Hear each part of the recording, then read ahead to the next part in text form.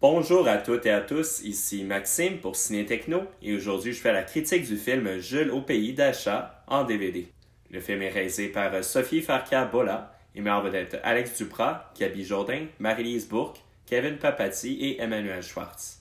Il est distribué par les studios Maison 4 Tiers et vous pouvez vous procurer en magasin depuis le 3 octobre 2023. Le jeune Jules est atteint d'une maladie rare de la peau. Rencontrant des difficultés à être accepté à l'école, il déménage avec sa mère et son chien chez son oncle dans le nord. Une journée de printemps où Jules fait l'école à la maison, son chien décide d'aller s'aventurer dans la forêt. En tentant de le retrouver, Jules fait la rencontre d'Acha, une jeune autochtone. Jules au pays d'Acha est un beau conte d'aventure pour toute la famille. Avec une histoire simple racontée en un peu moins d'1h30, le film n'est pas trop long et passe rapidement. La réalisatrice et scénariste Sophie Farkas-Bola propose un scénario sensible qui incorpore un discours éducatif pertinent. En effet, par quelques commentaires, le long-métrage vient habilement briser certaines préconceptions culturelles à l'endroit des peuples autochtones, tout en soulignant les différences entre les années 1940 et aujourd'hui. Ce message prônant l'ouverture et la réconciliation avec les premiers peuples passe très bien et ne semble pas du tout forcé. Ces valeurs sont véhiculées tout en incorporant un aspect poétique au récit et en mettant en valeur la beauté de la nature québécoise avec des paysages filmés dans les Laurentides, en Abitibi-Témiscamingue et à la baie James.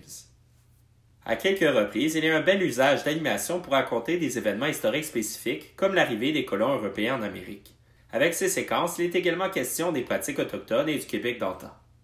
Le jeune Alex Duprat dans le rôle de Jules est attachant. L'acteur arrive à créer quelques moments particulièrement touchants en lien avec la maladie de peau dont souffre son personnage. Il développe également une bonne chimie avec Gaby Jourdain, qui interprète Acha. Les deux jeunes sont à l'aise ensemble et cela paraît à l'écran.